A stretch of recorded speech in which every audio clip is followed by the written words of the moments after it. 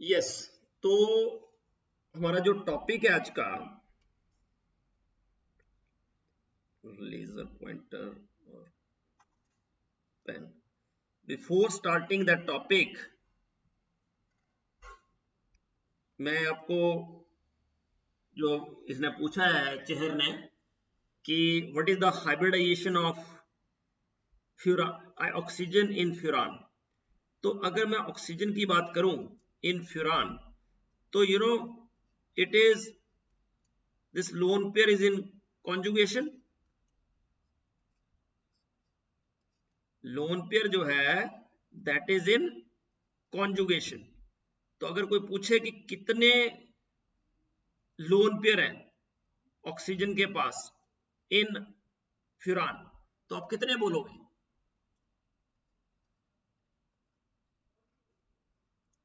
Yes बेटा। How many lone pairs are there on oxygen in furan?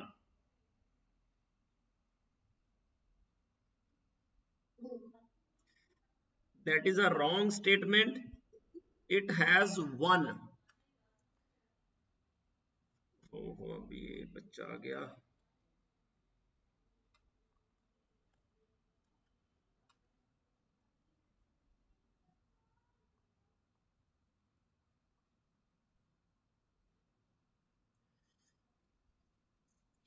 जानू बेटा, stick to time, ठीक है?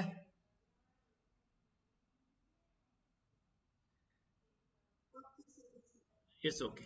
चलो, तो यहां पे बेटा याद रखना आप लोग कि एक और एग्जांपल लेता हूं मैं आपको। CH2 double bond CH, CH2 negative, और एक लेता हूं CH3 CH2 CH2 नेगेटिव। अगर इन दोनों को मैं कंपेयर करूं, तो बताओ what is the hybridisation of this carbon?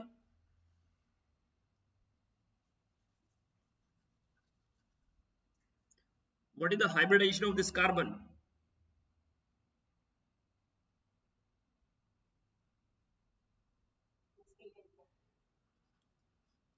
sp3 बेटा, क्योंकि 3 सिग्मा बॉन्ड्स है, 2 हाइड्रोजन के साथ, 1 कार्बन के साथ, और एक क्या है, लोन पेयर। टोटल कितने हो गए? 4 हो गए ना। बट जब मैं इसकी बात करूंगा ऊपर वाले की, तो ये लोन पेयर जो है दैट इज इन कॉन्जुगेशन। ये एक इंपॉर्टेंट कंसेप्ट है हाइब्रिडाइजेशन में। थैंक्स टू चेहर, जिसके वजह से ये कंसेप्ट बाहर आया। एक्चुअली ऑर्गेनिक में ये समझाते हैं कि आप लिखो, whenever lone pair, whenever lone pair is in conjugation,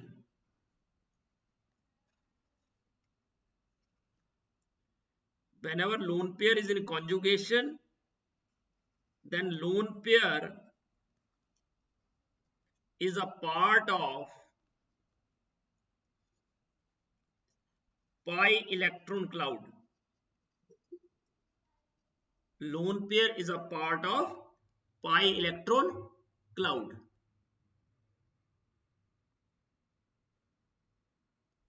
तो याद रखना ये कि whenever lone pair is in conjugation, lone pair is a part of pi electron cloud। ठीक है? तो जब मैं आपको पूछा था कि फ्यूरान में कितने लोन पेयर हैं, तो सामने देखने से तो लग रहे हैं कि कितने हैं, 2।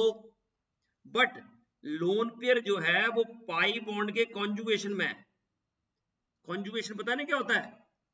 कि लोन पेयर और डबल बॉन्ड के बीच में सिंगल बॉन्ड हो, या पॉजिटिव चार्ज और डबल बॉन्ड के बीच में सिंगल बॉन्ड हो। मतलब लोन पेयर या पॉजिटिव चार्ज जो है वो डबल बॉन्ड से एक सिंगल बॉन्ड बीच में हो, सेपरेट हो बाय 1 सिग्मा बॉन्ड, तो उसको हम बोलते हैं कॉन्जुगेशन। तो जब भी लोन पेयर कॉन्जुगेशन में हो, तो लोन पेयर जो है पाई बॉन्ड का पार्ट होता है, इसलिए हम बोलते हैं ना फ्यूरान में 6 पाई इलेक्ट्रॉन्स है, बोलते हैं कि नहीं कि फ्यूरान एरोमेटिक है, ये कंसेप्ट पता है ना कि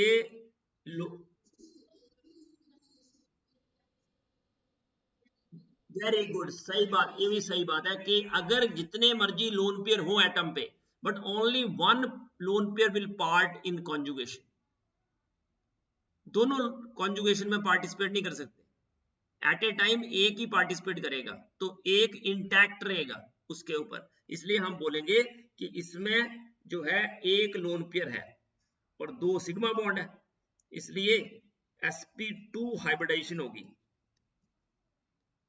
ठीक है।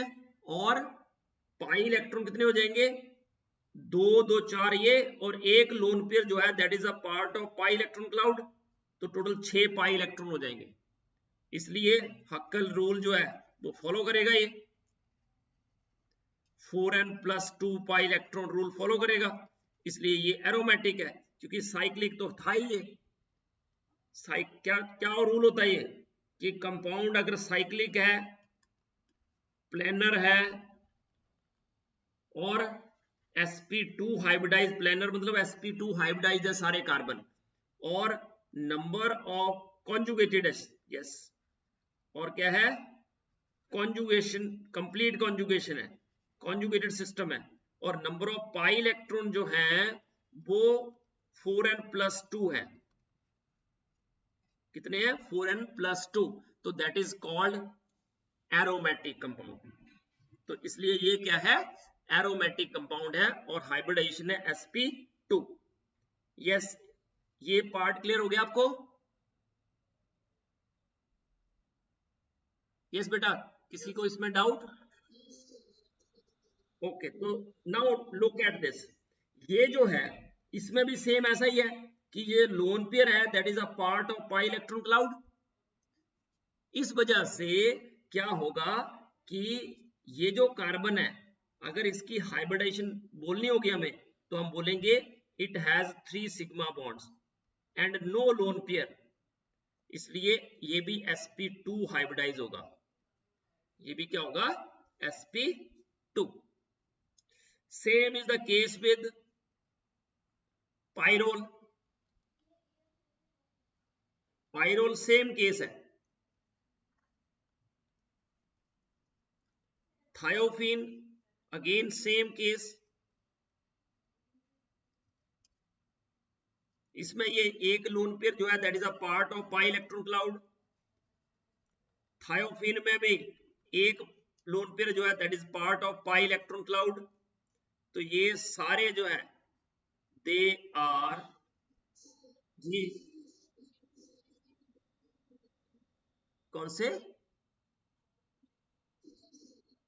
फ्यूज्ड, ओके ओके ओके, तो ये हो गया फ्यूरान, ठीक है। तो जैसे मैं बाई पीरियडाइल लूं, या चलो पहले हम कार्बोसाइक्लिक ले लेते हैं, लाइक दिस, तो ये क्या है, नेफ्थलीन, तो नेफ्थलीन में भी सेम कॉन्जुगेटेड सिस्टम है पूरा, और इसमें भी हर एक कार्बन जो है वो sp2 हाइब्रिडाइज होगा, they are all sp2 hybridised, और टोटल पाई इलेक्ट्रॉन है 10, इसलिए ये भी एरोमेटिक होगा। ये पिरिडीन का एग्जांपल ले लेते हैं, तो पिरिडीन में आपको पता है कि लोन पेयर कॉन्जुगेशन में नहीं है, तो लोन पेयर इसके ऊपर ही रहेगा,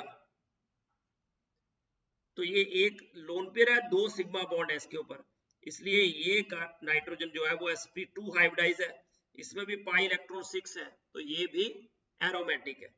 तो आप जो बोल रहे हो एरोमेटिक नहीं, आप किसके लिए बोल रहे हो, हाइब्रिडाइजेशन की बात कर रहे हो, फ्यूज्ड में भी, हेटेरोसाइक्लिक में, या सिंपल,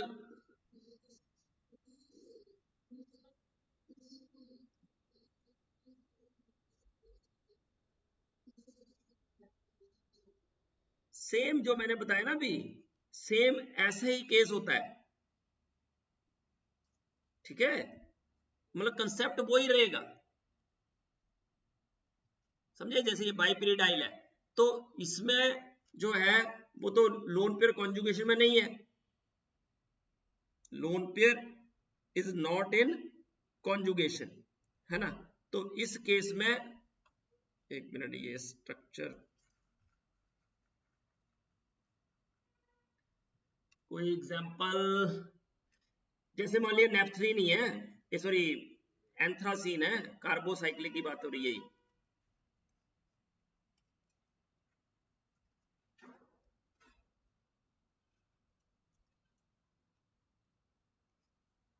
तो इसमें भी सारे कॉन्जुगेशन होगी सेम वैसे ही। आपको इस सिस्टम लेना, ठीक है, और अगर आपको नहीं आए वहां से समझ में तो लेट मी नो, ठीक है। इसमें 14 पाई इलेक्ट्रॉन होंगे, ये भी 4n+2 पाई इलेक्ट्रॉन फॉलो करेगा रूल, क्योंकि n3 पुट करो तो 14 आ जाता है, तो ये भी एरोमेटिक है। इवन इसकी बात करें अगर, तो इसमें कितने पाई इलेक्ट्रॉन है, 2, तो ये भी एरोमेटिक है। डन। तो हाँ बिल्कुल होता है, हक्कल रूल फॉलो होगा तभी वो एरोमेटिक होगा, ठीक है। ओके, चलो MOT स्टार्ट करते हैं। तो ये जो मॉलिक्यूलर ऑर्बिटल थियरी है, दिस थियरी जो है that was developed by Hund and Mulliken. Hund and Mulliken ये दो ने ये थियरी डेवलप करी। तो इसके फीचर जो है थियरी के, कि पहली बात जो एटॉमिक ऑर्बिटल, कैसे एटॉमिक ऑर्बिटल जो है मॉलिक्यूलर बना सकते हैं, ऐसा क्वेश्चन पूछ सकता है वो, कि एटॉमिक ऑर्बिटल्स कैसे होने चाहिए मॉलिक्यूलर ऑर्बिटल बनाने के लिए। तो atomic orbitals of comparable energies and proper symmetry, कैसे होने चाहिए, दोनों के कंपेरेबल एनर्जी होनी चाहिए और प्रॉपर सिमेट्री होनी चाहिए, तभी वो मॉलिक्यूलर ऑर्बिटल बनाएंगे। और अगर इलेक्ट्रॉन की बात करें तो एटॉमिक ऑर्बिटल में इलेक्ट्रॉन किसमें होता है, एक न्यूक्लियस के अंदर। बट मॉलिक्यूलर ऑर्बिटल की बात करें तो इलेक्ट्रॉन जो है that is under the influence of 2 or more nuclei. Depend करता है किस पे, नंबर ऑफ एटम्स। जी यस बेटा,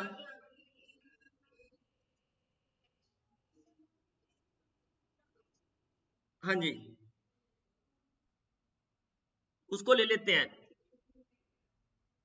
अच्छा वो बेटा तेरे, मैं पहले इसको, इस थियरी को खत्म कर लेता हूं, then I will come to that, ठीक है, एंड में आता हूं, या अभी करना है, चलो लो तो अभी कर लो। ऐसा होता है कि जो n, अगर मैं CH3 की बात करूं, तो इसमें क्या होता है कि एक लोन पेयर और 3 बॉन्ड पेयर, तो इसकी हाइब्रिडाइजेशन होती है sp3, और इसमें लोन पेयर रहता है इंटैक्ट, क्योंकि कार्बन की भी वैलेंसी कंप्लीट है, इसके पास कोई वेकेंट ऑर्बिटल नहीं है, नाइट्रोजन के पास भी कोई वेकेंट ऑर्बिटल नहीं है। बट जब हम बात करते हैं NSiH थ्राइस की, तो we expect the structure to be like this, हमें ये लगेगा कि स्ट्रक्चर तो ऐसा ही होना चाहिए। बट यहां पे प्रॉब्लम कहां आ रही है, कि जो सिलिकॉन है it has vacant d orbital, क्योंकि सिलिकॉन जो है उसमें 3s3p होते हैं और 3d क्या होता है, वेकेंट। तो सिलिकॉन का 3d और नाइट्रोजन का p, ये जो है ना, इसका फील्ड और इसका वेकेंट, ये आपस में ओवरलैप कर लेते हैं, मतलब p पाई d पाई बैक बॉन्डिंग होती है यहाँ, क्या बोलते हैं इसको, बैक बॉन्डिंग। क्यों बोला बैक बॉन्डिंग, क्योंकि ऑलरेडी जो बॉन्ड बना है उसमें तो नाइट्रोजन और सिलिकॉन का एक एक इलेक्ट्रॉन इन्वॉल्व हो गया, सिग्मा बॉन्ड बन गया। बट नाइट्रोजन के पास फील्ड ऑर्बिटल था, दो नाइट्रोजन इज मोर इलेक्ट्रोनेगेटिव, और सिलिकॉन के पास जो था वेकेंट ऑर्बिटल था। तो नाइट्रोजन ने अपने इलेक्ट्रॉन रिच जो ऑर्बिटल है जिसमें इलेक्ट्रॉन है, लोन पेयर पूरा है, उससे इलेक्ट्रॉन जो है वो वेकेंट ऑर्बिटल ऑफ सिलिकॉन को दे दिए, और इससे जो बना उसको बोलते हैं पी पाई डी पाई। क्यों पी पाई डी पाई, पहले बता चुका हूं मैं, क्योंकि नाइट्रोजन का पी इन्वॉल्व है और सिलिकॉन का डी, और ये जो पी पाई डी पाई बैक बॉन्डिंग बनी, इससे नाइट्रोजन का जो लोन पेयर है दैट इज इन्वॉल्व, किसमें इन्वॉल्व हो गया, बॉन्डिंग में, और इसलिए नाइट्रोजन जो है उसके साथ जो सिलिकॉन का शेप है वो बेटा हो जाता है ट्राइगोनल प्लेनर, और नाइट्रोजन की जो हाइब्रिडाइजेशन है वो हो जाती है sp2। यस बेटा,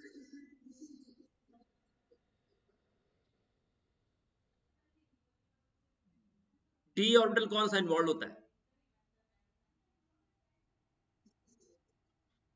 हाँ तो ये एक्चुअली ये तो मतलब वैसे तो कोई भी डी ऑर्बिटल इन्वॉल्व होता है, बट डी एक्स वाई जो है वो इससे मैच करता है, आई होप, क्योंकि इसका एन नाइट्रोजन का जो लोन पेयर है जिस ऑर्बिटल में होगा पी ऑर्बिटल जो इन्वॉल्व होगा, उसी के अकॉर्डिंग सिलिकॉन का ऑर्बिटल जो है वो इन्वॉल्व होगा, ठीक है। इसमें हम ये नहीं बोल सकते कौन सा डी ऑर्बिटल, ठीक है ना, क्योंकि all the d orbitals are equally probable,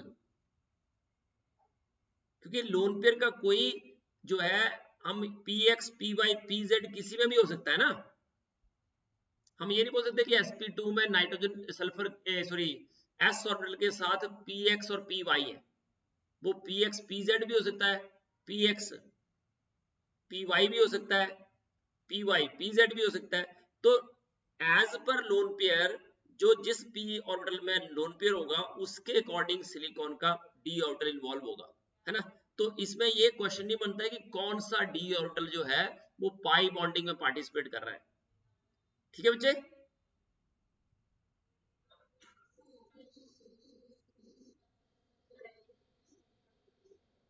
हाँ बट इसमें हम ऐसे श्योर नहीं बोल सकते, क्योंकि कोई पाई ऑर्बिटल का कोई जो है शेप डायरेक्शन नहीं होता,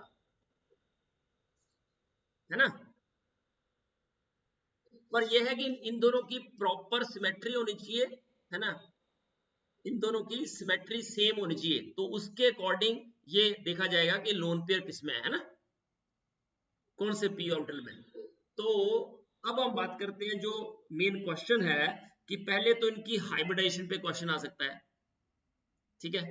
दूसरा क्वेश्चन क्या बन सकता है कि जो एन ट्राई मिथाइल अमीन है that is more basic, trisilyl amine is less basic,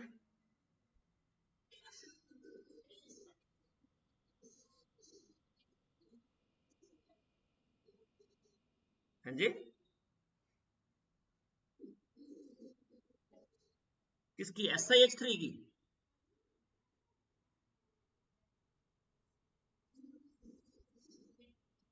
हाँ उसमें नाइट्रोजन की हाइब्रिडाइजेशन जो है वो होगी sp2, हाँ, क्योंकि लोन पेयर जो है that is involve in pi bond formation, ठीक है। ओके, ये क्वेश्चन एक हो गया। दूसरा पूछता है शेप क्या होती है, तो हम बोलेंगे इसकी तो पिरामिडल, और इसकी क्या होगी, ट्राइगोनल प्लेनर, ठीक है। तीसरा के बेसिक करेक्टर, ठीक है,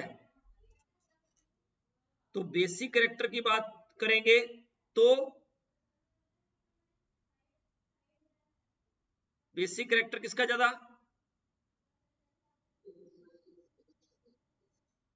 हाँ जी, हाँ, ट्राई मिथाइलामीन में लोन पेयर इंटैक्ट है, ठीक है, इसलिए ये ज्यादा बेसिक होगा और ट्राइसिलाइलामीन लेस बेसिक होगा, ठीक है। ओके, तो ये क्वेश्चन जो है बनते हैं इसमें, डन।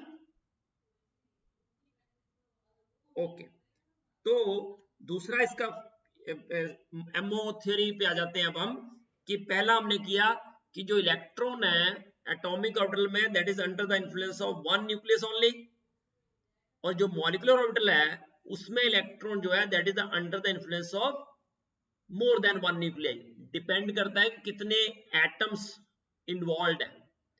तो atomic orbital is always monocentric, but जो मॉलिक्यूलर ऑर्बिटल होता है दैट इज पॉलीसेंट्रिक।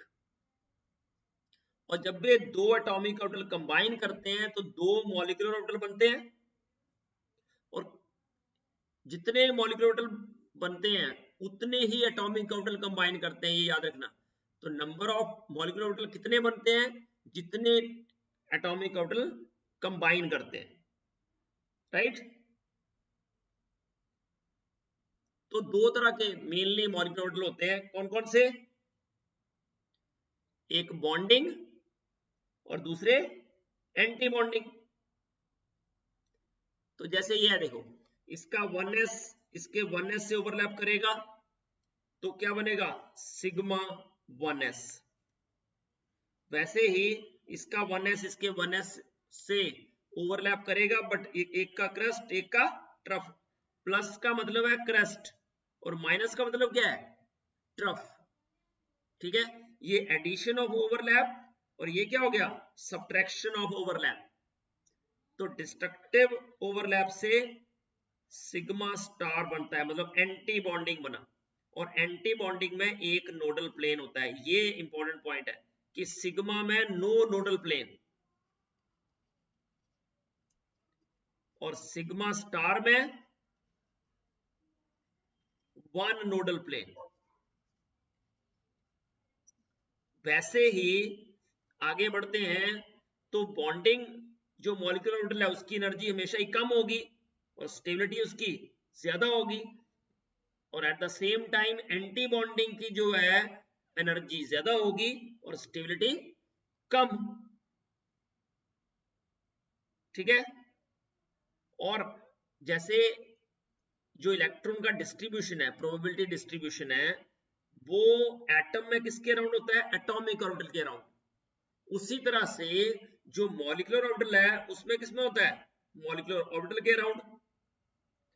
और एटॉमिक ऑर्बिटल की तरह ही मॉलिक्यूलर ऑर्बिटल में जो इलेक्ट्रॉन की फिलिंग होती है that is on the basis of Oxford principle, Pauli's, Hund's rule. ये तीनों रूल तो पता है ना। फर्स्ट रूल क्या बोलता है कि जो इलेक्ट्रॉन की फिलिंग होती है that is in the order of increasing energies. Pauli's क्या बोलता है कि एक ऑर्बिटल में मैक्सिमम कितने इलेक्ट्रॉन आ सकते हैं, दो, विद अपोजिट स्पिन। और हुंस रूल क्या बोलता है कि अगर डीजेनरेट ऑर्बिटल है, दो ऑर्बिटल की एनर्जी सेम है, तो पहले एक एक इलेक्ट्रॉन फिल होगा, देन पेयरिंग स्टार्ट्स। तो ये तीन रूल्स सेम एप्लीकेबल होंगे मॉलिक्यूल्स के लिए जैसे एप्लीकेबल होते हैं एटम्स के लिए। तो वैसे ही एलसीओ लगाएं अगर, linear combination of atomic orbitals, तो it is applicable to, yes बेटा, हेलो, क्या बोल रहे हैं,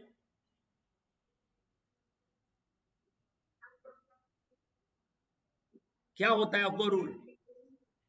ओके, मैं जब ये करवाऊंगा ना, मैं करता हूं explain, don't worry. Okay, it is applicable to homonuclear diatomic molecule. तो हाइड्रोजन दो एटम्स है ए एंड बी मान लिया, तो ग्राउंड स्टेट में हर एक क्या होगा, 1s। और मान लिया एक का वेव फंक्शन है साई ए और दूसरे का वेव फंक्शन है साई बी। तो बॉन्डिंग मॉलिक्यूलर ऑर्बिटल क्या होगा, साई ए प्लस साई बी, और एंटी बॉन्डिंग क्या होगा, साई ए माइनस साई बी। ये साई स्टार मतलब ये एंटी बॉन्डिंग मॉलिक्यूलर ऑर्बिटल और ये बॉन्डिंग मॉलिक्यूलर ऑर्बिटल। बॉन्डिंग में एडिशन ऑफ वेव फंक्शन और एंटी बॉन्डिंग में सब्ट्रैक्शन ऑफ वेव फंक्शन। और मॉलिक्यूलर ऑर्बिटल को रिप्रेजेंट करते हैं या तो सिग्मा सिग्मा स्टार या पाई पाई स्टार। तो जैसे सिग्मा होगा साई ए प्लस साई बी, वैसे ही सिग्मा स्टार क्या होगा, साई ए माइनस साई बी। और इसमें कौन सी होती है, constructive interference.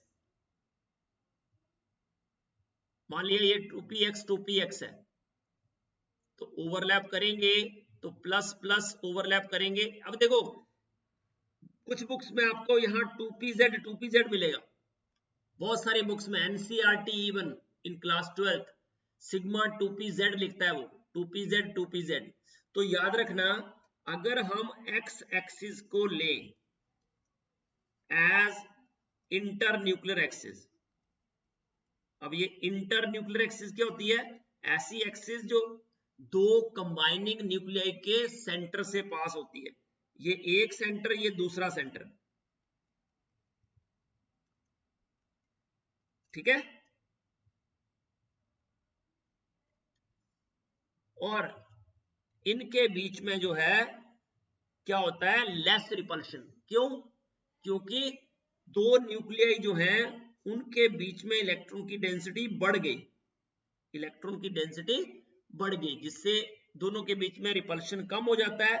But destructive interference में क्या होता है कि एक का प्लस तो दूसरे का माइनस, तो प्लस और माइनस सामने आते हैं तो क्या होगा, प्लस भी छोटा हो जाएगा माइनस भी छोटा हो जाएगा, और there is a sigma star, और ये इनके बीच में क्या आ जाएगा, नोडल प्लेन। तो अभी बात कर रहे थे कि सिग्मा में कोई नोडल प्लेन नहीं होता, सिग्मा स्टार में नोडल प्लेन होता है।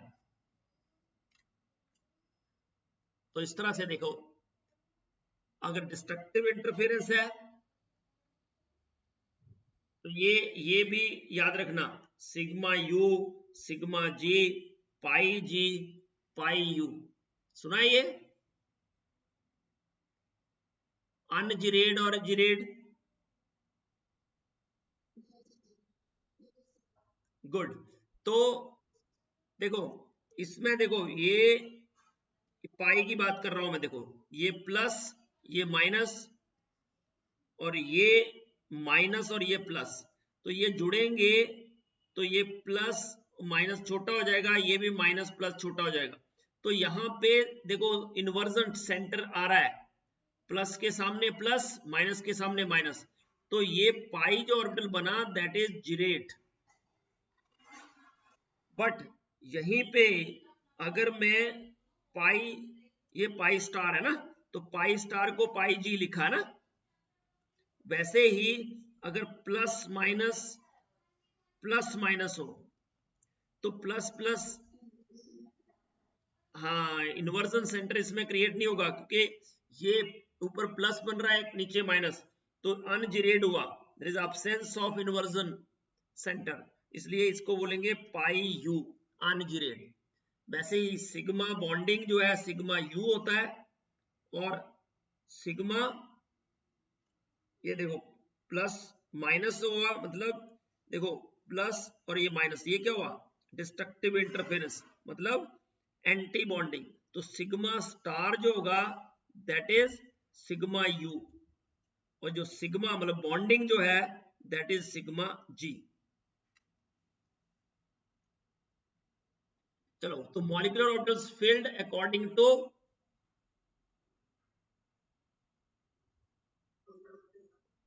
all the above. Or what are molecular orbitals? Sorry, obviously sigma star pi star all are molecular orbitals.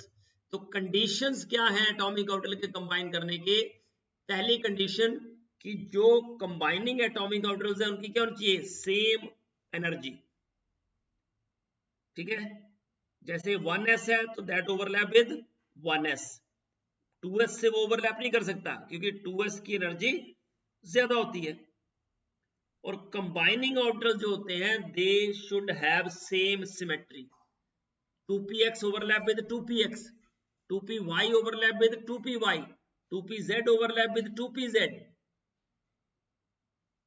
देखो 2pz orbital of one atom combine with 2pz orbital of the other atom, 2px 2py से overlap नहीं कर सकता because of their different symmetries.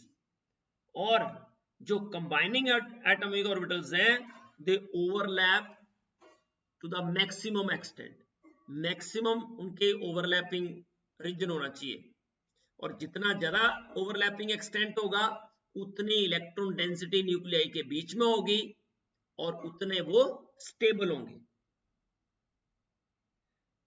तो अब जो अफबो principal पूछ रहे थे उनके लिए ये है कि ये जो इलेक्ट्रॉनिक कॉन्फ़िगरेशन है, ये देखो जो भी हमने पीछे किया हो सकता है वो आपको ना आए, बट ये दोनों जो है they are very very important, most important.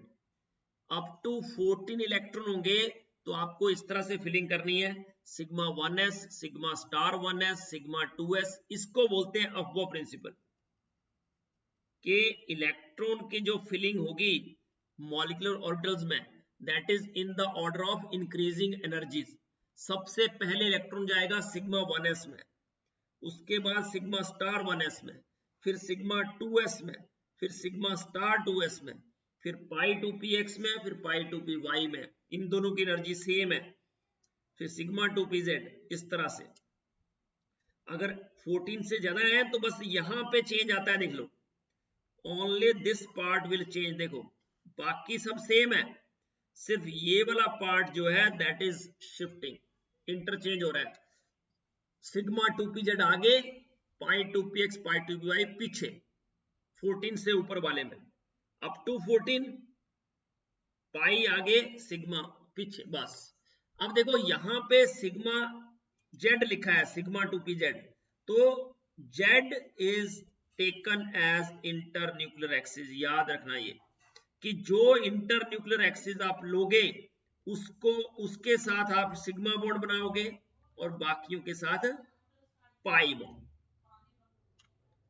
ये अगर याद है आपको तो आधी प्रॉब्लम सॉर्ट आउट हो जाती है। और फिर मैं आपको बताऊंगा ट्रिक, और ट्रिक यूज करके आप कोई भी कर सकते हो, ठीक है, बिना कॉन्फ़िगरेशन देखे।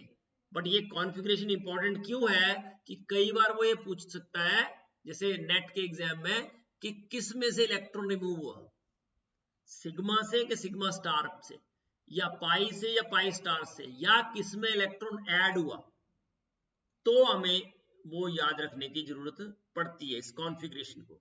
तो कॉन्फ़िगरेशन लर्न कर लेना, it is very important.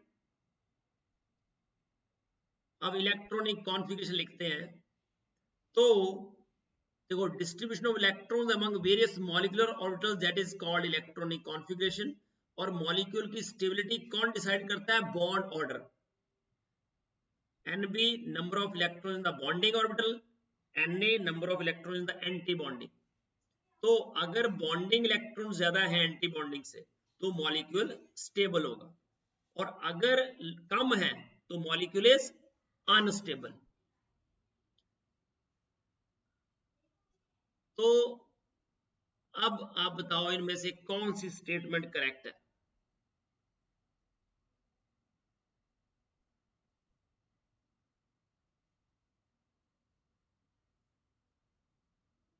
Incorrect, sorry.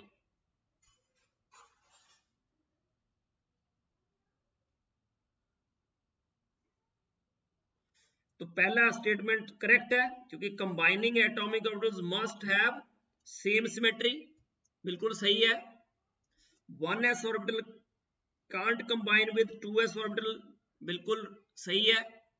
तो एक ही ऑप्शन बचे क्योंकि उसने लिखा है 2p orbital of neon can combine with 2pz of other, obviously not.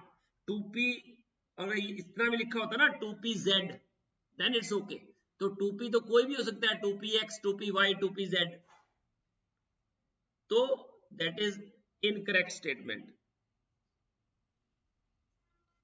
N2 और O2 के MO लिखते हैं और बॉन्ड ऑर्डर लिखते हैं इनका। तो N2 मॉलिक्यूल जो है उसमें 2 नाइट्रोजन एटम्स है, एक नाइट्रोजन के भी 7 इलेक्ट्रॉन, दूसरे के भी 7, तो N2 के कितने इलेक्ट्रॉन हो गए 14।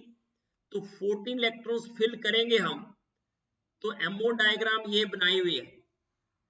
सबसे कम एनर्जी किसकी है 1s, 1s ओवरलैप करेगा, तो sigma 1s sigma star 1s, sigma 2s sigma star 2s, 2p 2p overlap करेंगे तो पाई 2px पाई 2py, फिर सिग्मा 2pz, फिर पाई star 2px pi star 2py and last is sigma star 2pz।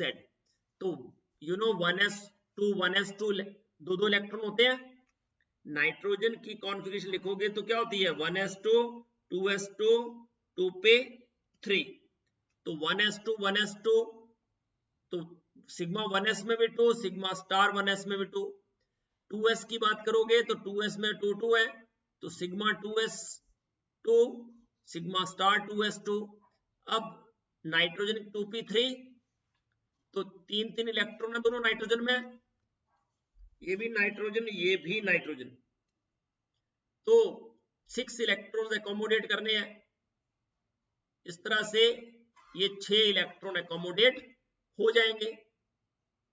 तो इससे एक और बात पता चली आपको कि बॉन्ड ऑर्डर निकाल सकते हैं आप, bonding electron minus anti bonding divide by 2, तो 10 माइनस 4/2 बॉन्ड ऑर्डर आएगा 3।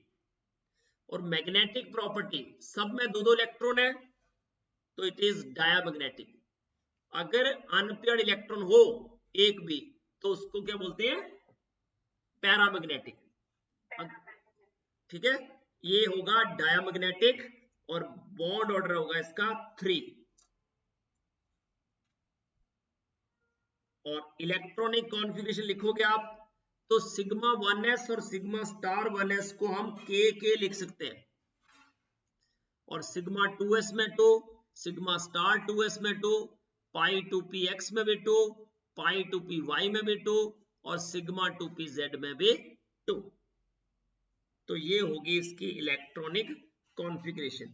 अगर मुझे N2 पॉजिटिव लिखना हो तो एक इलेक्ट्रॉन कहां से रिमूव होगा लास्ट वाले से, बाकी सेम रहेगा। देखो के sigma 2s2 sigma star 2s2 पाई 2px पाई 2py दोनों में 2 2, और सिग्मा 2pz में क्या हो जाएगा 1।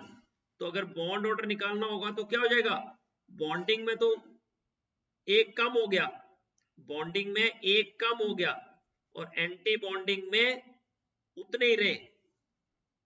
देखो जो स्टार वाले हैं वो है एंटी बॉन्डिंग, तो के में भी ऐसा है ना, सिग्मा 1s और सिग्मा स्टार 1s 2 2, तो ये 2 और ये 2 4 आ गए, और 2 4 6 8 9, तो 9 माइनस 4/3 कितने हो गए 5/3।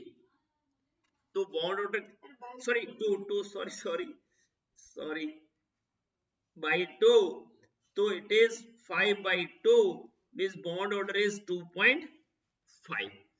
तो N2 नेगेटिव बनाओगे तो उसमें भी बॉन्ड ऑर्डर सेम ही आएगा।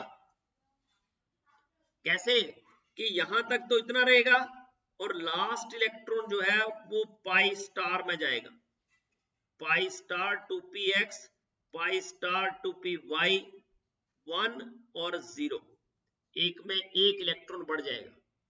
तो यहां मैं एक और छोटा सा कंसेप्ट बताता हूं, थोड़ा सा याद रखना इसको। आई होप कि आप समझ जाओगे कि अगर बॉन्डिंग में इलेक्ट्रॉन, बॉन्डिंग से इलेक्ट्रॉन निकलता है तो स्टेबिलिटी क्या होगी, बढ़ेगी या कम होगी।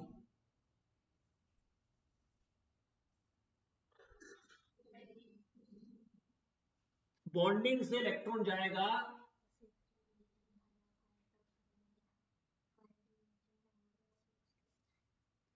Very good.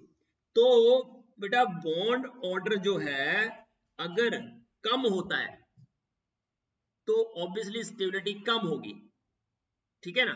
तो बॉन्डिंग से इलेक्ट्रॉन निकलेगा तो बॉन्ड ऑर्डर कम हो रहा है, तो स्टेबिलिटी भी कम होगी। सेम अगर एंटी बॉन्डिंग में इलेक्ट्रॉन जा रहा है, यही लिख देता हूं, एंटी बॉन्डिंग में इलेक्ट्रॉन जा रहा है, तो 10 माइनस क्या हो जाएगा 4, सॉरी 10 माइनस 5, बॉन्ड ऑर्डर फिर क्या आएगा अगेन 2.5। देखो N2 पॉजिटिव, N2 का बॉन्ड ऑर्डर भी, N2 बॉन्ड ऑर्डर 3.0 था, N2 पॉजिटिव का बॉन्ड ऑर्डर कितना आया 2.5, N2 नेगेटिव का बॉन्ड ऑर्डर भी क्या आया 2.5। अब क्वेश्चन अगर ऐसा आए कि इन दोनों में से कौन सा ज्यादा स्टेबल है, N2 पॉजिटिव या N2 नेगेटिव, तो क्या लिखो, वेरी गुड यार, N2 positive is more stable. कौन बोला ये, what is the name, very good Tamanna. Tamanna बताओ क्यों।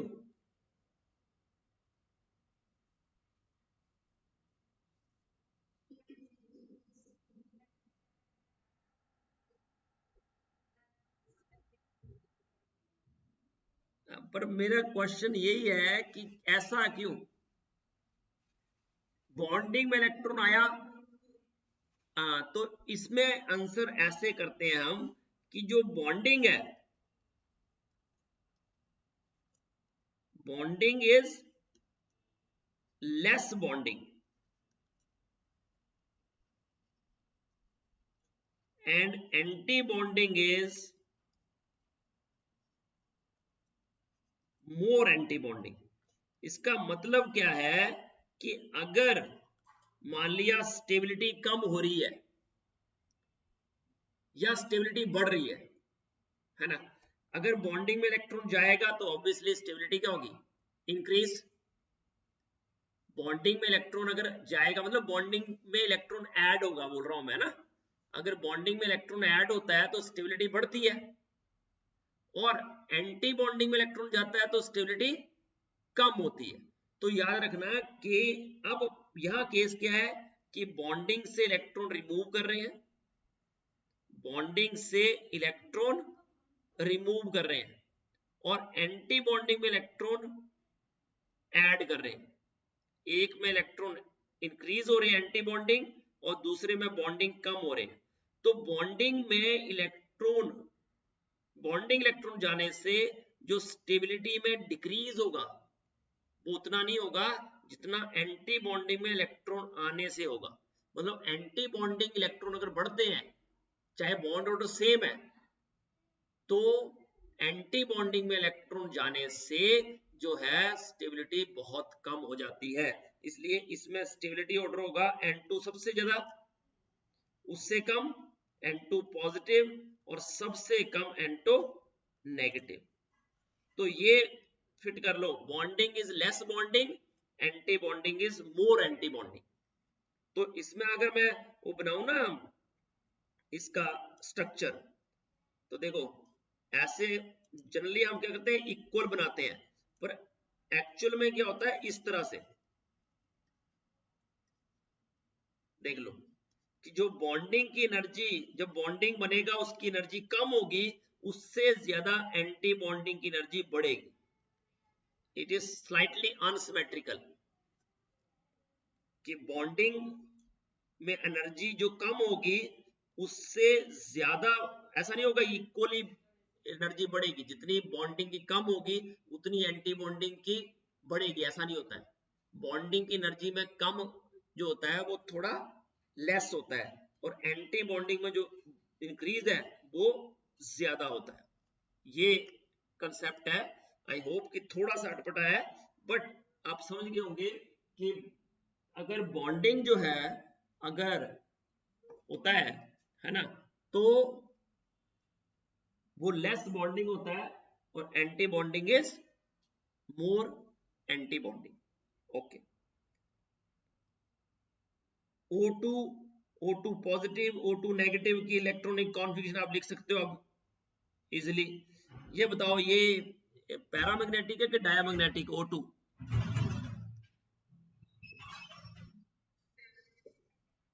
O2 is paramagnetic. ये दो अनपेड इलेक्ट्रॉन है पाई स्टार ऑर्बिटल्स में, और बॉन्ड ऑर्डर होता है इसका 2।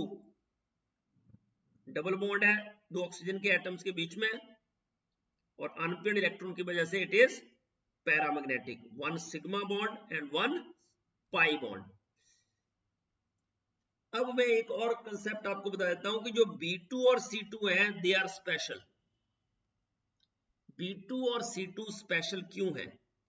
क्योंकि B2 जो है ना, उसमें अगर आप कॉन्फ़िगरेशन लिखोगे, कितने इलेक्ट्रॉन्स हैं? 10। इसमें टोटल 10 इलेक्ट्रॉन्स हैं, और C2 में 12 इलेक्ट्रॉन्स हैं। Just tell me the configuration.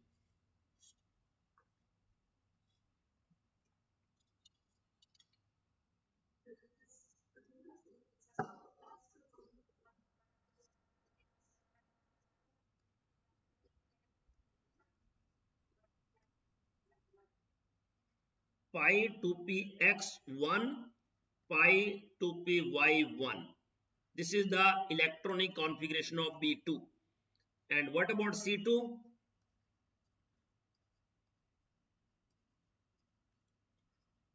Sigma, sorry, pi 2px2, pi 2pyb2। तो पहले का बॉन्ड ऑर्डर कितना है और दूसरे का कितना?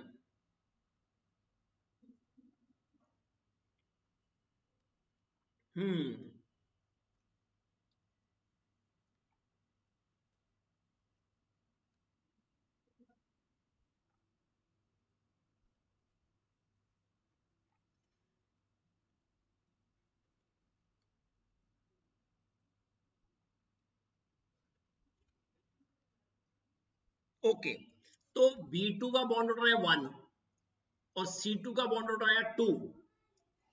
अब देखो याद रखना कि B2 में there is 1 but 1 only pi bond, C2 में 2 but 2 pi bonds, there is no sigma bond at all. Very important concept. ऐसा पूछ सकता है कि homodiatomic molecules which have only pi bonds, तो they are B2 and C2। क्योंकि देखो इसका sigma 1s 2 sigma star 1s2 ये आपस में कैंसिल हो जाएंगे। Sigma 2s2 sigma star 2s2 cancel. Pi 2px और पाई 2py का काउंटर पार्ट नहीं है, पाई स्टार नहीं है। वैसे ही पाई 2px2 पाई 2py2 का पाई स्टार 2px पाई स्टार 2py 0 है, तो इसलिए ये भी कट हो जाएगा। तो इसमें 2 पाई बॉन्ड, इसमें 1 पाई बॉन्ड, और सिर्फ पाई बॉन्ड्स होंगे, सिग्मा बॉन्ड नहीं होंगे। नोट कर लिया?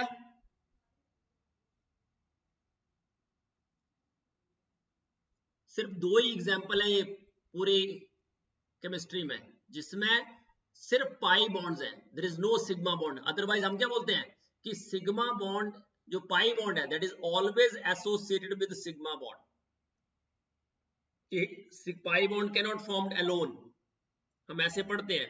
बट एमओटी बोलती है कि B2 और C2 जो है ये दोनों जो है वो सिर्फ पाई बॉन्ड बनाते हैं। B2 1 पाई बॉन्ड और C2 2 पाई बॉन्ड, और इस तरह से कॉन्फ़िगरेशन से वो प्रूव करता है इस चीज को। नोट कर लिया बेटा? ओके, तो अब बॉन्ड ऑर्डर क्या होता है? 1/2 ऑफ द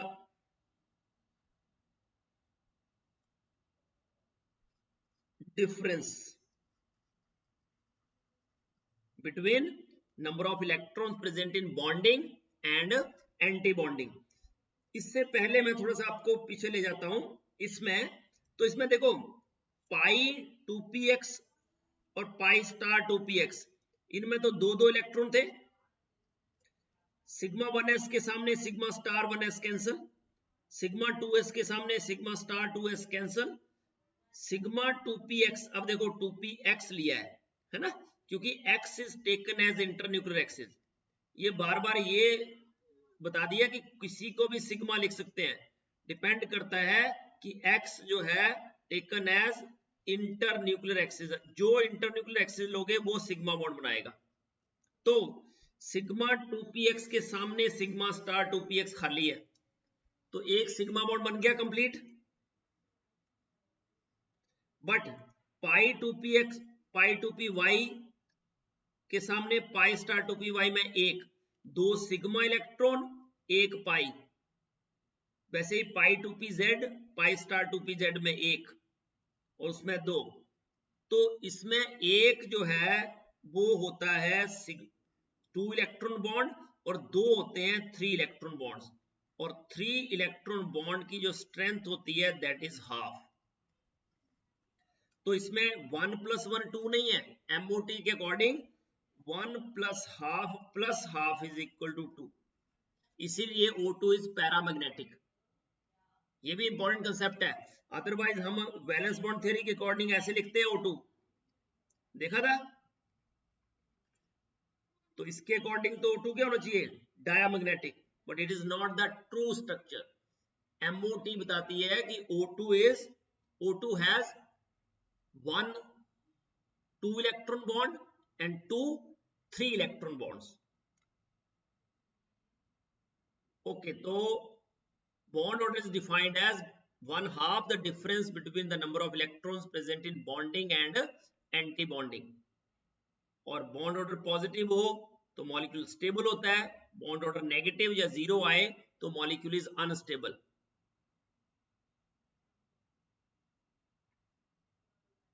तो single bond, double bond, triple bond और बॉन्ड लेंथ और बॉन्ड ऑर्डर में क्या होता है, inverse relation.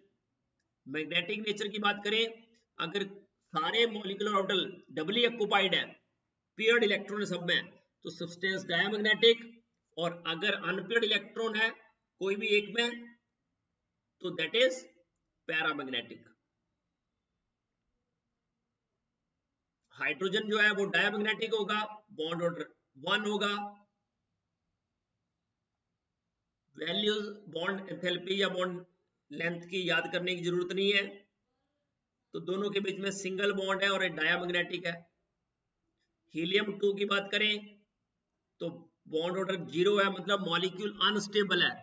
Helium 2 does not exist, क्योंकि बॉन्ड ऑर्डर 0 आता है, तो इसलिए ये मॉलिक्यूल एग्जिस्ट नहीं करता है। तो हीलियम 2 का बॉन्ड ऑर्डर फाइंड आउट करना हो तो सामने दिख रहा है 0 है। B2 में मैंने अभी बताया आपको कि बॉन्ड ऑर्डर 1 है, तो मॉलिक्यूल जो है पैरामैग्नेटिक है, बट जो पाई बॉन्ड होगा वो कौन, सॉरी, एक जो बॉन्ड ऑर्डर होगा उसमें जो बॉन्ड होगा वो कौन सा होगा, ओनली पाई बॉन्ड, ये याद रखना है। सिग्मा C2 में 2 पाई बॉन्ड्स और डायमैग्नेटिक। N2 में अभी बताया था बॉन्ड ऑर्डर इज 3, तो याद रखना है कि N2 में कितने इलेक्ट्रॉन्स हैं, 14। तो जितने भी आइसो इलेक्ट्रॉनिक स्पीशीज होते हैं उन सब का बॉन्ड ऑर्डर सेम होगा, चाहे वो Cn नेगेटिव हो, NO पॉजिटिव हो, ठीक है, NO पॉजिटिव CO हो, सबका बॉन्ड ऑर्डर सेम होगा, क्योंकि कार्बन के कितने इलेक्ट्रॉन, 6, और इसके 7 और +1 14 हो गए, 7 + 8 - 1 6 + 8, सब में 14 इलेक्ट्रॉन्स हैं। तो आइसो इलेक्ट्रॉनिक स्पीशीज जो होते हैं उनका बॉन्ड ऑर्डर सेम होता है, तो इन सब का बॉन्ड ऑर्डर कितना आएगा, 3।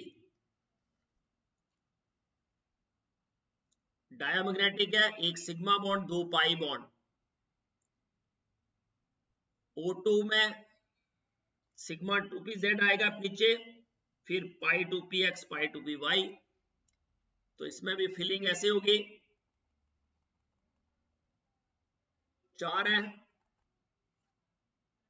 तो 2 जो है वो अनपेयर्ड इलेक्ट्रॉन आएंगे। बॉन्ड ऑर्डर 2 मैग्नेटिक पैरामैग्नेटिक है, और ये configuration already we have discussed.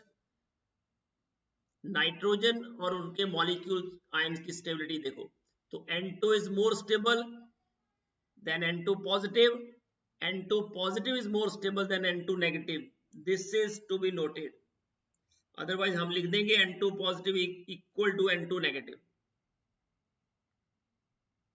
O2 molecule और उनके आयन के तो इस तरह से होती है,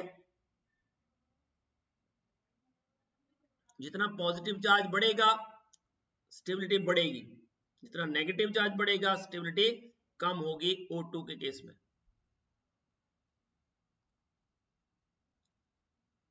ये हाई होप के ये करने की हमें जरूरत नहीं है। ओके, ये वाला part we can look at कि बॉन्ड ऑर्डर जो है वो O2 पॉजिटिव का ज्यादा होगा, फिर O2 नेगेटिव, O2 2 नेगेटिव। और बॉन्ड लेंथ की बात करें तो O2 positive, O2 negative, O2 2 negative. तो मैं जो ट्रिक की बात कर रहा था आपसे वो मैं लिख देता हूं यहां पे कि हम इसको ना इस तरह से भी कर सकते थे कि अगर हम काउंट करते नंबर ऑफ पी इलेक्ट्रॉन्स, सिर्फ क्या काउंट करते, नंबर ऑफ पी इलेक्ट्रॉन्स, तो जो भी मॉलिक्यूल हो उसके पी इलेक्ट्रॉन्स काउंट कर लो, और अगर एनायन है तो उसमें ऐड कर दे उतने चार्ज, और कैटायन है तो उसको माइनस कर दो, काउंट कर लो। तो उसमें से जो पहले 6 हैं that is in bonding molecular orbital, and remaining electrons are in anti bonding molecular orbital। तो बॉन्ड ऑर्डर जो होगा that is bonding minus anti bonding divided by 2। चलो जैसे मैंने लिया O2, बताओ कितने पी इलेक्ट्रॉन है, oxygen is 1s2 2s2 2p4, एक ऑक्सीजन में 4 पी इलेक्ट्रॉन है, तो टोटल कितने हुए, O2 में टोटल पी इलेक्ट्रॉन्स कितने हो गए, 8 में से मैंने बोला कि पहले 6 तक up to 6 are in bonding, तो बाकी कितने बचे, 2, तो 6 माइनस 2 बाई 2 मतलब कितना हो गया, बॉन्ड ऑर्डर 2। सेम अगर मैं लू O2 पॉजिटिव, तो कितने वैलेंस इलेक्ट्रॉन हो गए, 7, तो 7 में से पहले 6 बॉन्डिंग में, एक एंटी बॉन्डिंग में, तो बॉन्ड ऑर्डर कितना हो गया 2.5। O2 2 पॉजिटिव हो तो वैलेंस इलेक्ट्रॉन बचे ही 6, तो सारे बॉन्डिंग में बॉन्ड ऑर्डर इज 3। और O2 नेगेटिव लिखेंगे तो इलेक्ट्रॉन हो जाएंगे 10 या 8, सॉरी 9 हो जाएंगे। 9 में से 6 बॉन्डिंग में और 3 एंटी बॉन्डिंग में बचे हुए, तो 1.5 आएगा। O2 2 नेगेटिव 10, तो 6 माइनस 4, तो बॉन्ड ऑर्डर आएगा 1.0। तो दिस फंडा you can use while calculating the bond order। p electrons count कर लो, अगर चार्ज है एनायन है तो उतना ऐड कर दो, अगर कैटायन है तो उतना माइनस कर दो, तो वो आ जाएंगे टोटल p इलेक्ट्रॉन्स। और फिर उसमें से पहले 6 अप टू 6 बॉन्डिंग में, और बाकी अगर बचे तो एंटी बॉन्डिंग में, और इस तरह से you can write the bond order. जैसे मैं लिखूं, चलो Cn नेगेटिव, तो कार्बन में कितने पी इलेक्ट्रॉन, 2, नाइट्रोजन में कितने 3। कार्बन क्या होता है 1s2 2s2 2p2। नाइट्रोजन क्या होता है 1s2 2s2 2p3। तो टोटल p इलेक्ट्रॉन हो गए 5। 5 के बाद एक माइनस तो 6, तो 6 के 6 क्या होंगे बॉन्डिंग में, क्योंकि 6 से ज्यादा हो तो एंटी बॉन्डिंग में पार्टिसिपेट करते हैं। तो बॉन्ड ऑर्डर 3। NO पॉजिटिव का भी सेम ऐसे आएगा, CO का भी सेम 6 इलेक्ट्रॉन आएंगे। ओके, अब दूसरा फंडा क्या है, ये एक ट्रिक हो गया। सेकेंड ट्रिक में क्या करो कि आप N2 को बीच में रखो 14 इलेक्ट्रॉन्स, तो उसका बॉन्ड ऑर्डर होता है 3। 14 से पीछे जाओ या 14 के आगे आओ, आपके बॉन्ड ऑर्डर कम होता है। 15 होगा 0.5 से कम हो जाएगा, 16 होगा और 0.5 से कम, 17 होंगे और 0.5 से कम, 18 और 0.5 से कम, 19 और 0.5 कम, 20 और 0.5 कम। पीछे चले जाओ 13 2.5, 12 2.0, then 11 1.5, 10 1.0। तो ये 10 से लेके 20 तक इस तरह से you can see, just calculate the number of electrons and right the bond order. अगर सिर्फ बॉन्ड ऑर्डर पूछा है या बॉन्ड ऑर्डर का कंपैरिजन पूछा है या बॉन्ड लेंथ का कंपैरिजन पूछा है, इवन बॉन्ड स्ट्रेंथ का पूछा है, क्योंकि बॉन्ड ऑर्डर जो है that is proportional to bond strength and inversely proportional to bond length, right? Which is paramagnetic? Yes.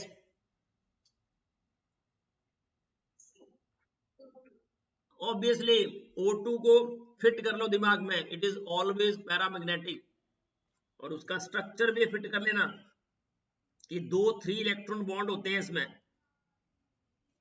This is the structure of O2 according to molecular orbital theory. Which molecule does not exist?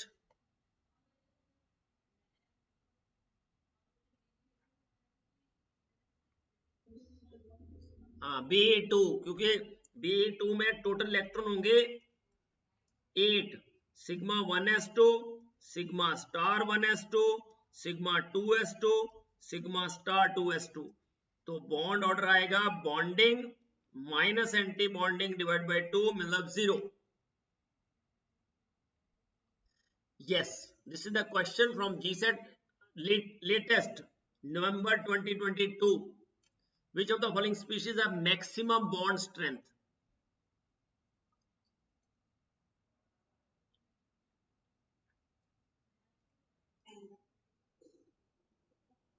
NO plus बेटा, क्योंकि bond strength जो है that is proportional to bond order, अभी बताया मैंने। और bond order सबसे ज्यादा कितना होता है 3। इसमें कितने इलेक्ट्रॉन 3 + 4 7 p इलेक्ट्रॉन्स है, तो 6 - 1/2 आएगा।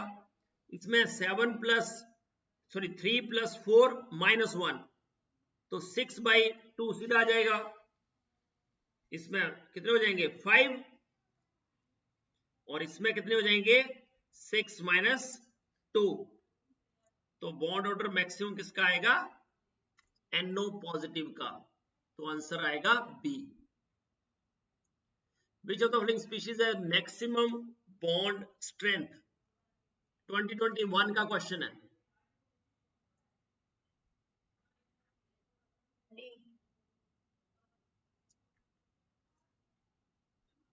Is it D? Maximum bond strength?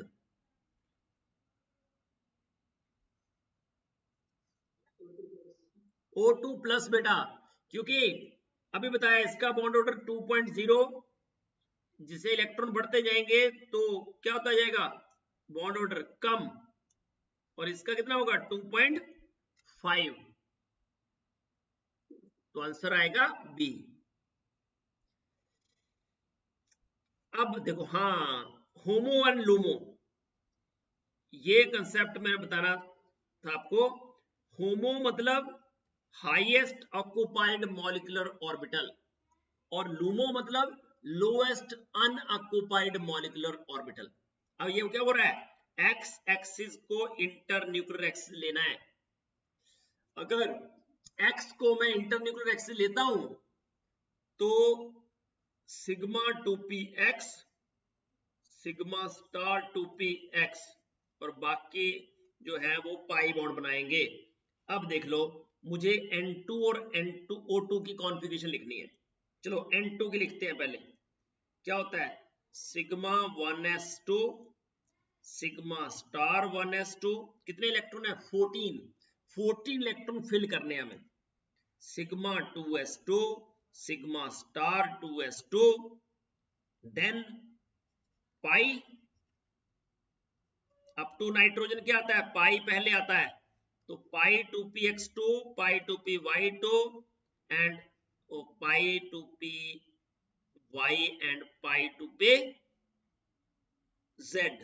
और सिग्मा 2px2।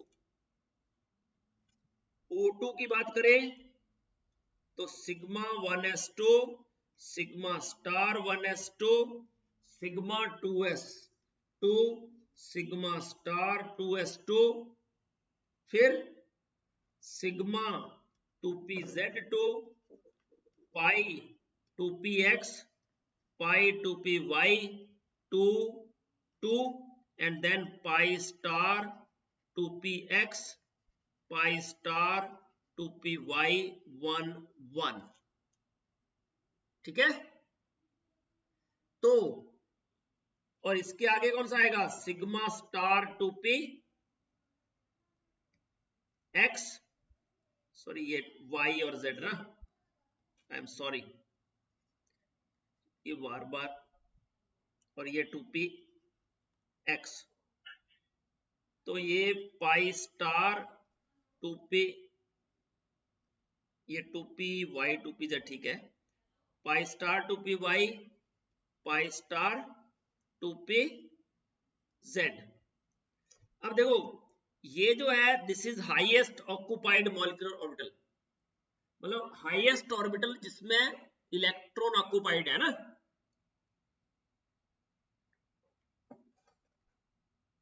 ठीक है, और ये जो है दैट इज लोएस्ट अनऑक्युपाइड, ऐसा ऑर्बिटल जिसमें इलेक्ट्रॉन नहीं है उसको क्या बोलेंगे, लोएस्ट अनऑक्युपाइड मॉलिक्यूलर ऑर्बिटल। वैसे ही ये जो है they are highest occupied molecular orbital, और ये लोएस्ट अनऑक्युपाइड मॉलिक्यूलर ऑर्बिटल। तो ये पूछ रहा है हाईएस्ट ऑक्युपाइड, होमो पूछ रहा है, तो N2 का कौन सा है, सिग्मा 2px, और इसका कौन सा है, pi star 2py and pi star 2pz। तो सिग्मा 2pz 2px सॉरी, बाकी किसी में नहीं है, पाई स्टार 2py और पाई स्टार 2pz दोनों हो सकते थे, तो option A is correct. G set 2017 का क्वेश्चन है और आंसर इज ए। तो बेटा ये होमो लूमो का कंसेप्ट क्लियर हो गया।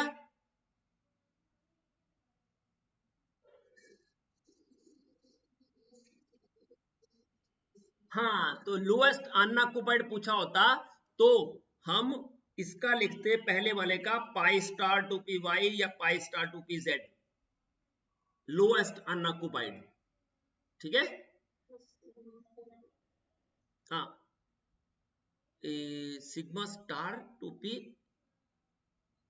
हाँ नीचे वाले का sigma star 2px, yes, O2 का सिग्मा स्टार 2px जो अनऑक्युपाइड है।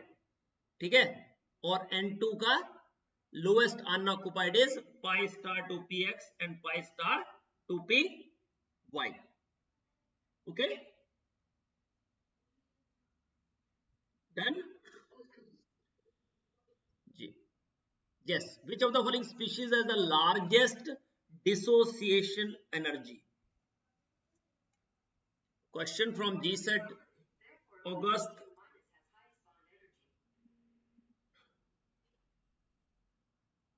Yes beta, which of the following species has the largest dissociation energy?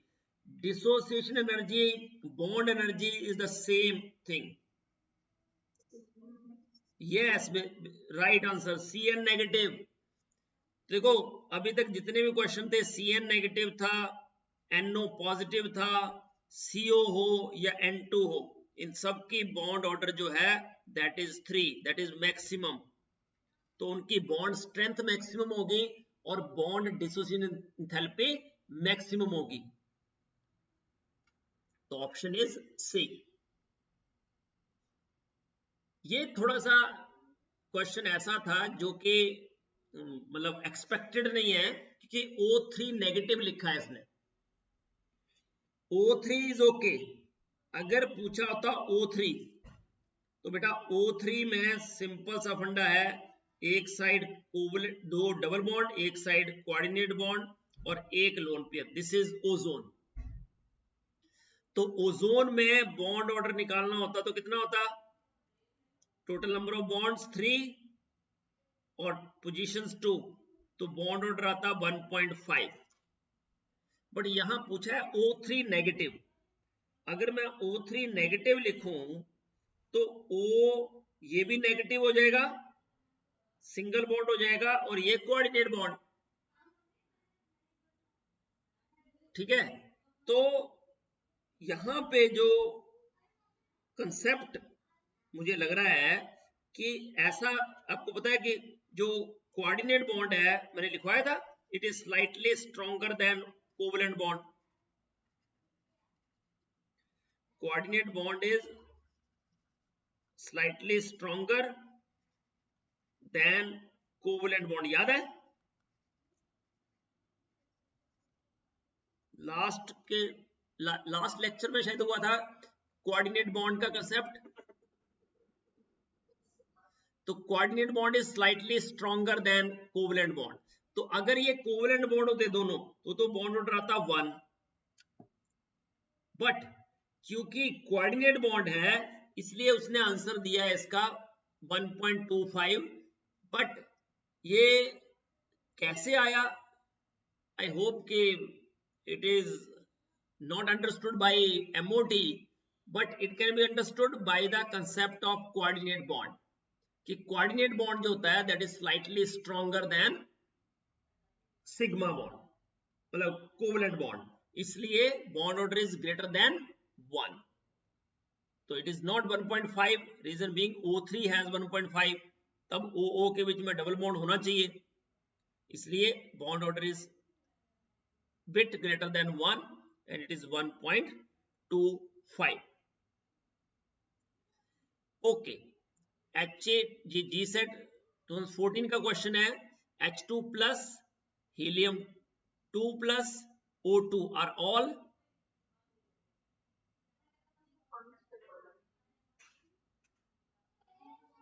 Are unstable, O2 is unstable,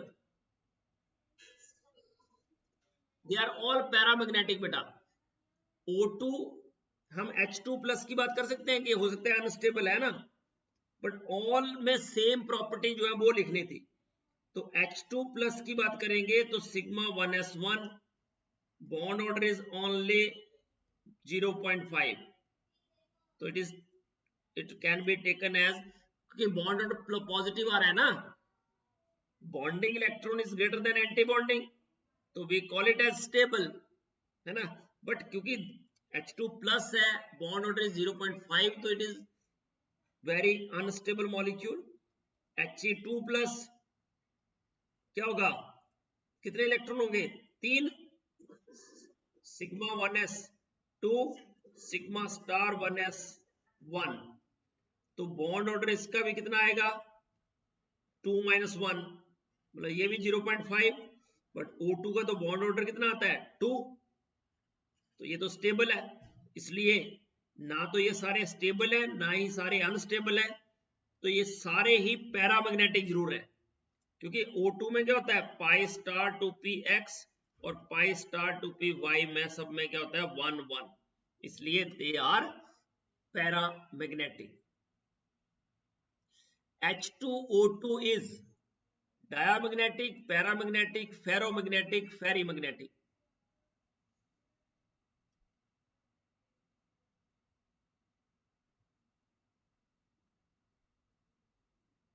Yes बेटा,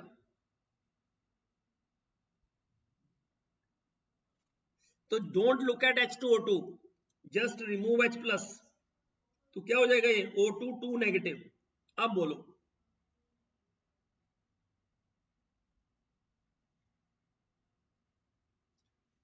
O2 2 नेगेटिव पैरामैग्नेटिक है या डायामैग्नेटिक?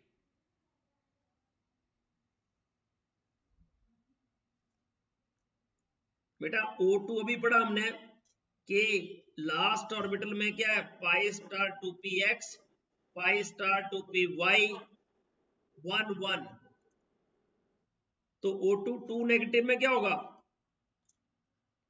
2 इलेक्ट्रॉन ऐड हो जाएंगे, ये भी 2 ये भी 2, तो सारे इलेक्ट्रॉन पेयर्ड हो जाएंगे, तो क्या हुआ तो इट इज डायामैग्नेटिक। तो याद रखना O2 2 नेगेटिव जो है वो डायामैग्नेटिक है। Answer is A.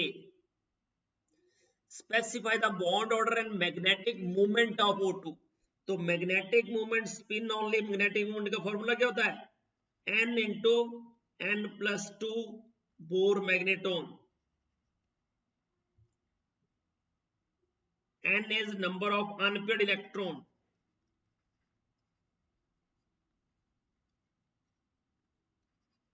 यस बेटा,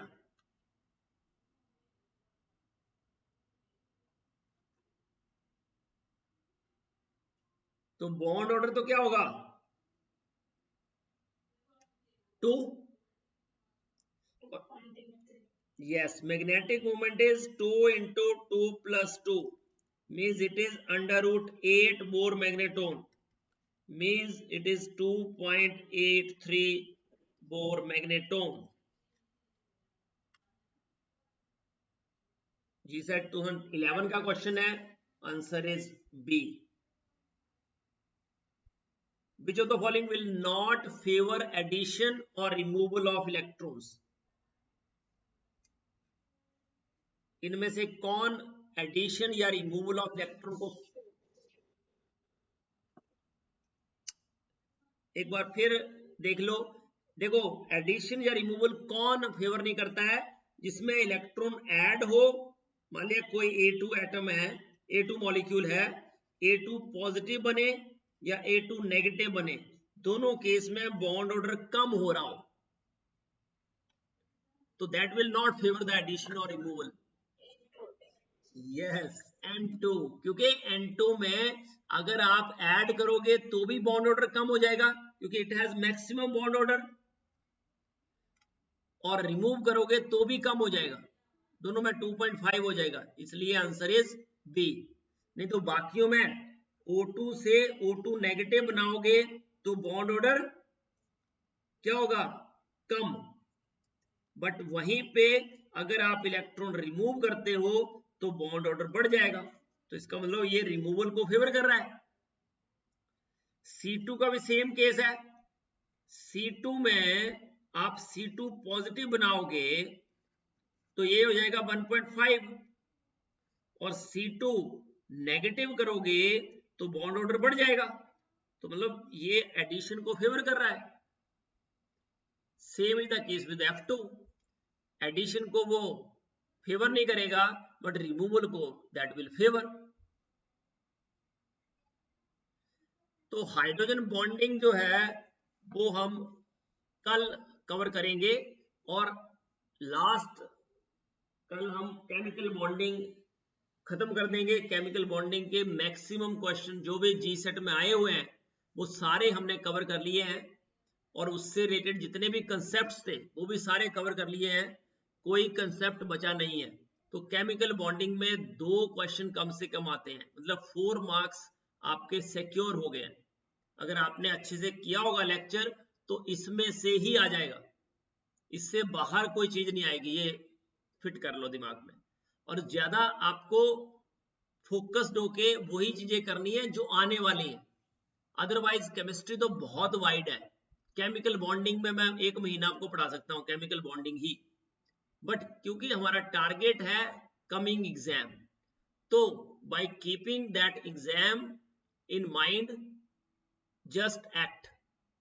याद रखना, ज्यादा पढ़ना is very good thing, but जो एग्जाम ओरिएंटेड है, क्योंकि our aim is to crack the exam, तो we should focus on the exam. क्योंकि अगर मैं सीएसआईआर नेट पे जाता तो उसके क्वेश्चन भी मैं ले लेता साथ में, और मैंने लिए थे पर मैंने बाद में कट कर दिए, क्योंकि मुझे पता है कि ये चीजें आती हैं तो वही रखी मैंने। हम जब जून का सीएसआईआर नेट जून का टारगेट करेंगे तो हम वो सब कुछ कवर करेंगे इसके अलावा। बट अभी जो टारगेट है जी सेट, तो जी सेट जो एग्जामिनर का माइंड सेट है उसको ही रीड करना है हमें। और वो कैसे रीड करते हैं हम? By looking at the previous year questions.